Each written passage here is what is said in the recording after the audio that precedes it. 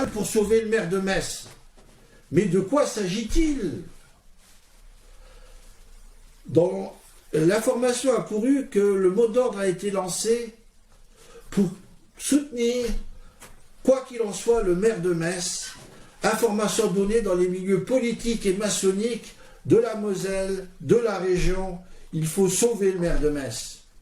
En effet, si dans 3 semaines le tribunal annule les élections, c'est la catastrophe. François Grosdidier perd son fauteuil de maire, il perd la présidence de Metz Métropole, il perd la présidence des maires de Moselle, et il perd également sa place de tête de liste départementale pour les prochaines élections régionales. Tout s'écroule. C'est panique à bord du Titanic. Mais cette fois, il n'y aura pas la musique. L'empire du maire de Metz peut s'écrouler comme un château de cartes. L'affaire est grave. Le citoyen contestataire a formé 2 arguments.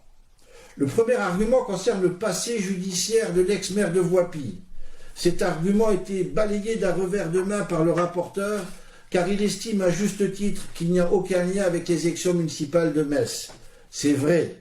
Un repris de justice a le droit de se présenter et de même être élu s'il n'est pas déchu de ses droits civiques.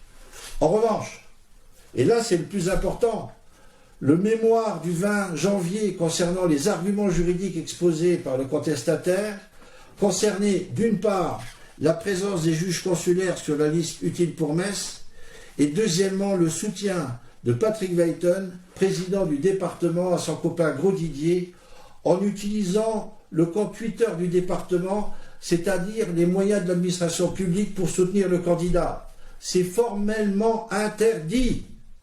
Sur ce seul argument, le juge administratif doit annuler les élections de Metz, car l'intervention de Patrick Weiten a faussé les élections.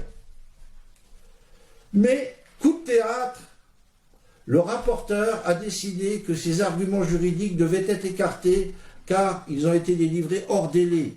Mais de quel délai s'agit-il? Un simple citoyen sans avocat ne peut-il pas se défendre convenablement? Ce citoyen dit que les pièces ont bien été enregistrées au greffe du tribunal de Strasbourg et que d'autre part, malgré ses demandes, il n'a pas eu communication des pièces de la partie adverse comme il est d'usage. Y a-t-il vice de forme? En tout cas, quel que soit le résultat, ce citoyen envisage déjà un recours devant le Conseil d'État. Nous devons tous être vigilants.